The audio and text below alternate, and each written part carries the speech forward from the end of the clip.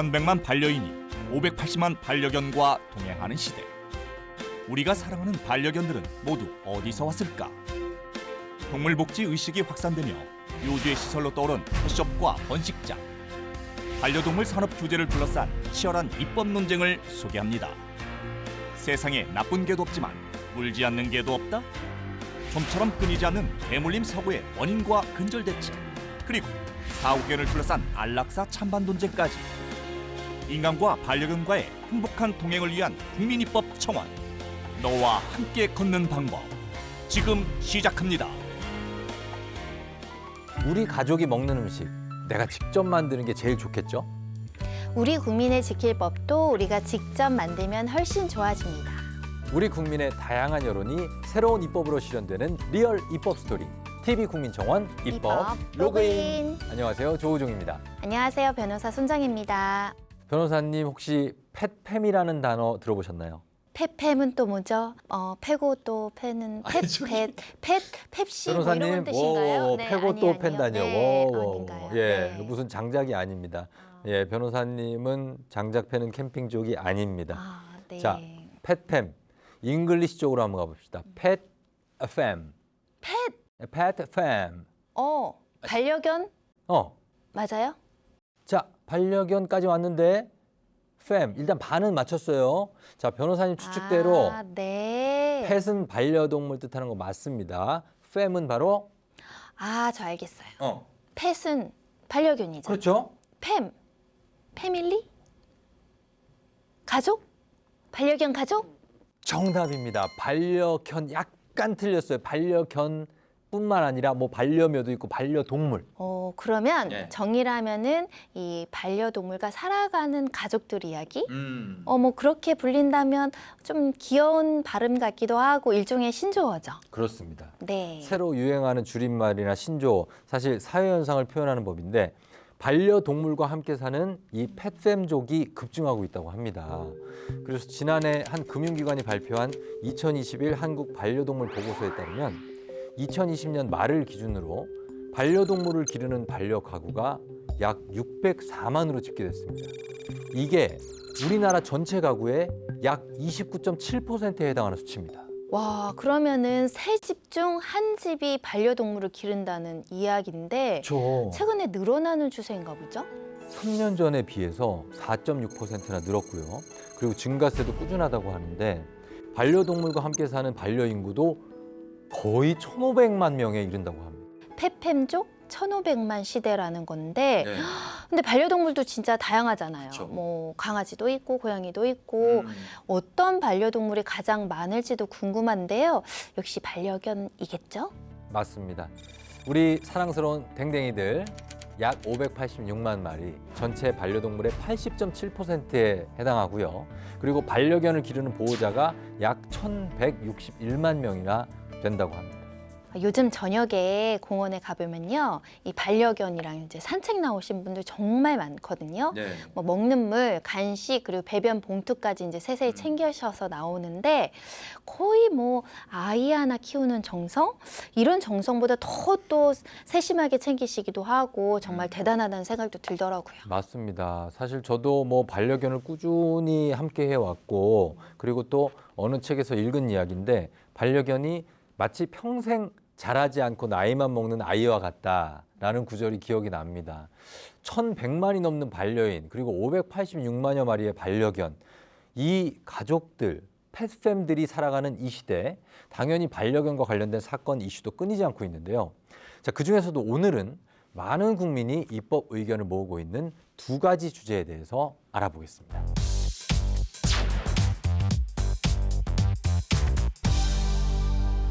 첫 번째 주제, 넌 어디에서 왔니? 자, 변호사님, 이 586만 마리나 되는 이 댕댕이들 모두 어디서 왔을까요? 보통 주변 보면 개나 고양이 이제 입양할 때 될 수 있으면 판매소 이런 데서 사지 말고 보호소에서 보호 중인 동물을 입양하자는 캠페인 많이 봤거든요. 맞아요. 실제로는 어떨지 모르겠네요. 통계 자료가 있을까요? 네, 지난 2021년에 농림식품부에서 동물보호 국민의식조사를 실시했는데요. 그 결과를 간략히 정리했습니다. 반려동물 양육자 1,500만 시대. 그 많은 개와 고양이들은 모두 어디에서 온 것일까요? 2021년 농림축산식품부가 전국 곳곳에 성인 5,000명을 대상으로 반려견 입양 경로를 온라인으로 설문조사한 결과 반려동물 보호자 2명 중 1명은 친구나 친척 등 지인에게 무료로 분양받은 것으로 나타났습니다. 이어서 펫숍에서 구입한 경우가 22.5%로 2위. 지자체 동물보호센터에서 유기동물을 입양한 경우는 5.1%에 그쳤습니다. 반려동물 입양 형태 중 가장 논란이 되는 경우는 판매 전문 영업장인 이른바 펫숍에서 구입하는 입양. 지난 4월에는 한 연예인이 자신의 SNS 계정에 태어난 지 얼마 안 되는 강아지를 입양했다며 사진을 올렸다가 펫숍에서 분양받은 것이 아니냐는 비난성 댓글에 시달리기도 했습니다. 펫샵이 비난받는 이유는 여러 가지가 있는데요. 일단 펫샵이 반려견 유통에 가장 접점에 있어서 그런 걸로 볼 수 있습니다.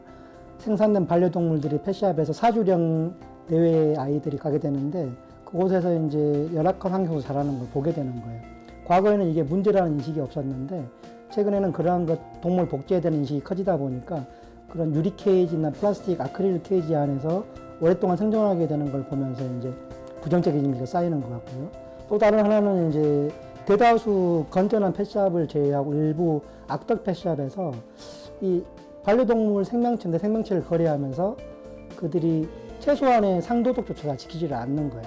동물보호법에 보면 그 계약서를 쓸 때 15일 이내에 질병이 발생하면 그 질병에 대해서만 이제 동일한 동물을 교환해 준다는 이런 내용이 있는데 실제적으로 일반인들이 반려견을 구입하고 나서 15일 안에 이 반려동물이 질병이 있는지 유전병이 있는지 발견하기 힘들거든요.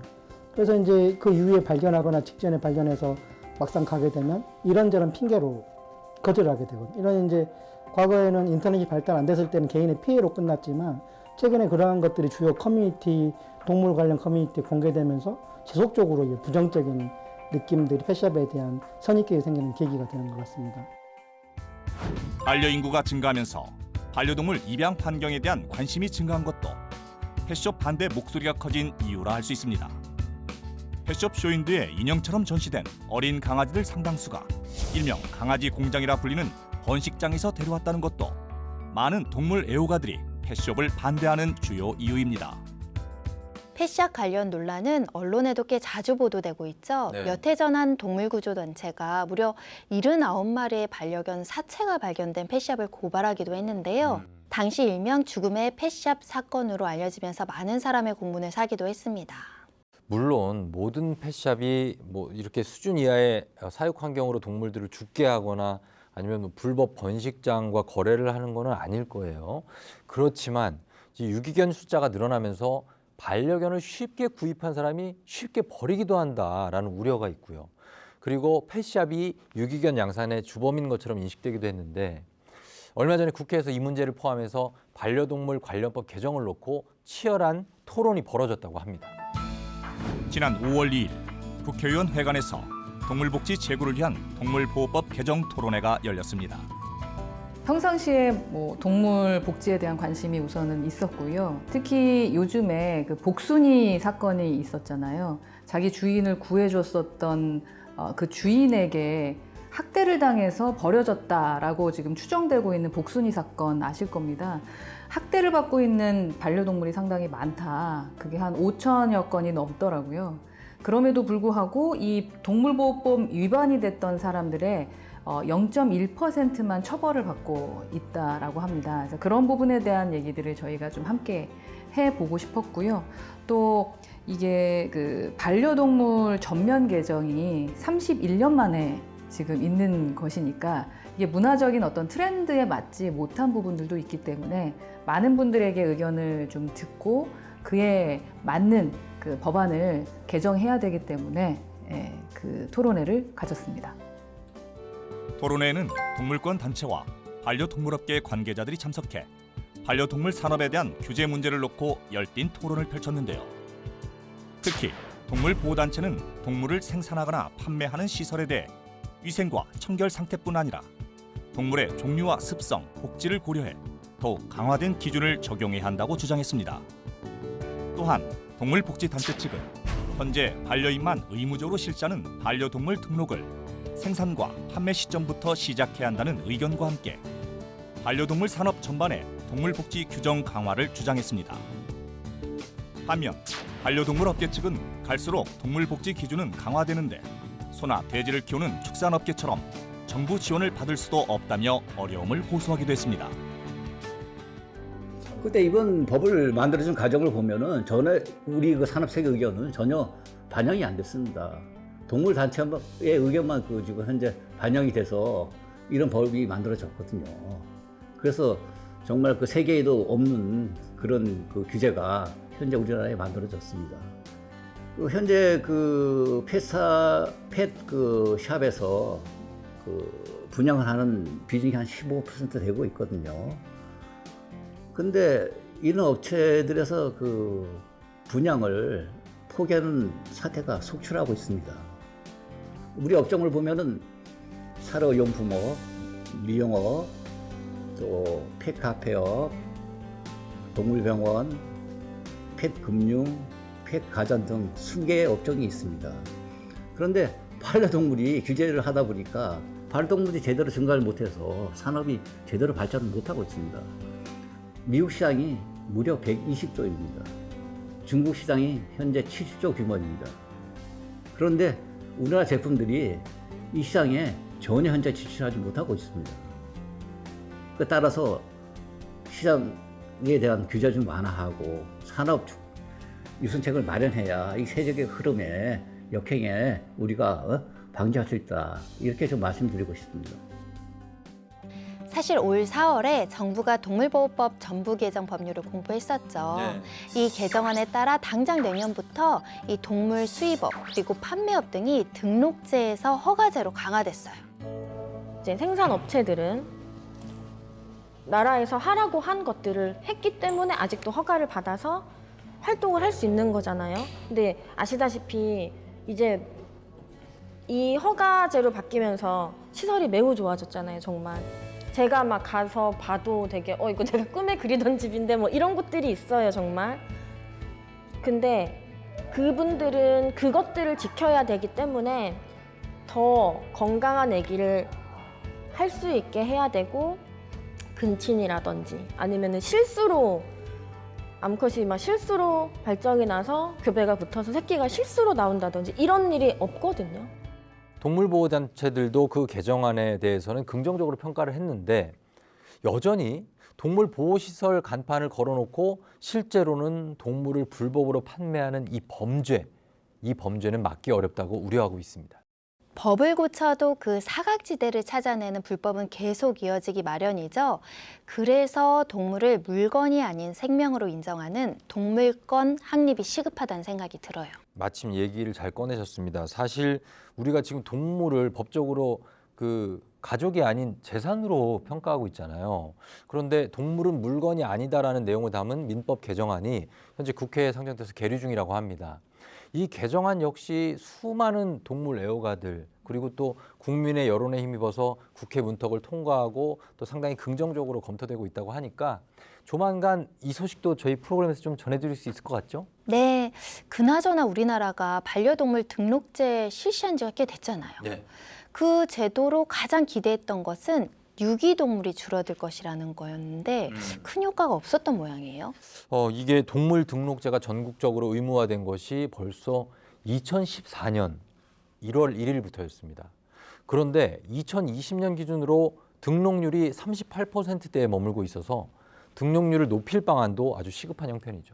그런 면에서 저는 동물이 태어난 곳이나 판매하는 곳에서 동물 등록을 실시하는 것도 참 좋은 방안이 될 것 같은데요. 그러니까 입양이 되면 이제 등록 정보만 수정하면 될 테니까 모든 반려견의 이력을 확인할 수 있고요.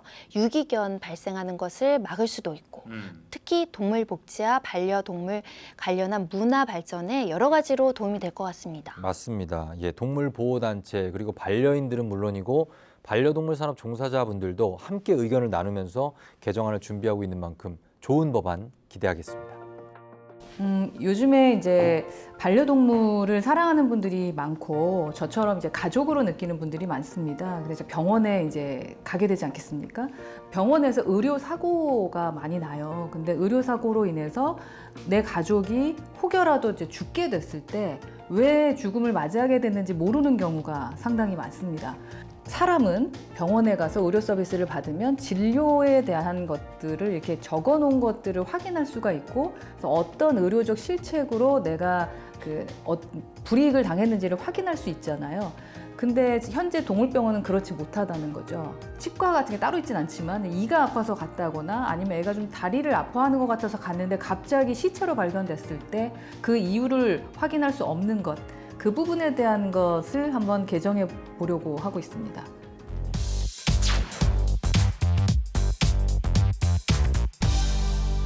오늘의 두 번째 주제입니다. 세상에 그런 개는 없습니다. 세상에 그런 개는 없습니다. 어떤 개가 없을까요? 세상에 나쁜 개는 없다. 이거 개통령 그 강영욱 씨가 출연했던 프로그램 이름인데, 글쎄요. 세상에 안 예쁜 우리 개는 없다. 반려견 주인을 보면 다들 자기 반려견이 세상에서 제일 예쁘다고 하더라고요. 제일 예쁘잖아요. 네. 세상에 더 예쁜 개는 없다. 뭐 이런 건가요? 아주 굉장히 당연한 점을 얘기해 주셨습니다. 그건 맞습니다. 세상에 안 예쁜 우리 개는 없다 맞는데, 그런데 모든 개가 예쁘고 사랑스러운 만큼 또 한 가지 절대 잊지 말아야 할 사실이 있습니다. 어떤 사실인가요? 세상 모든 반려인들이 결코 잊지 말아야 할 사실, 화면으로 확인하겠습니다. 최근 개물림 사고가 끊이지 않고 있습니다. 지난 7월 11일 울산 울주군의 한 아파트 단지 내에서 초등학생이 개에 물려 크게 다치는 사고가 발생했습니다. 아파트 단지를 배회하던 진도 믹스견이 책가방을 맨 8살 어린아이에게 달려들어 무려 2분이 넘도록 공격한 것인데요. 마침 이를 발견한 택배기사가 손수레를 휘둘러 간신히 개를 떼어놓을 수 있었습니다. 사건은 일파만파 뜨거운 공분과 논쟁으로 이어졌습니다. 우선 대개 개물림 사고가 그렇듯 개가 목줄을 풀고 달아나도록 허술하게 관리한 견주에게 비난이 쏟아졌고, 아이를 공격한 개의 처분에 대해서도 뜨거운 공방이 이어졌는데요.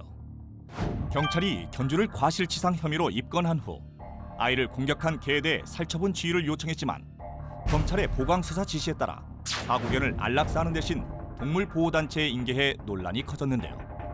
개물림 사고의 법적 처리가 논란이 된 것은 이번이 처음이 아닙니다.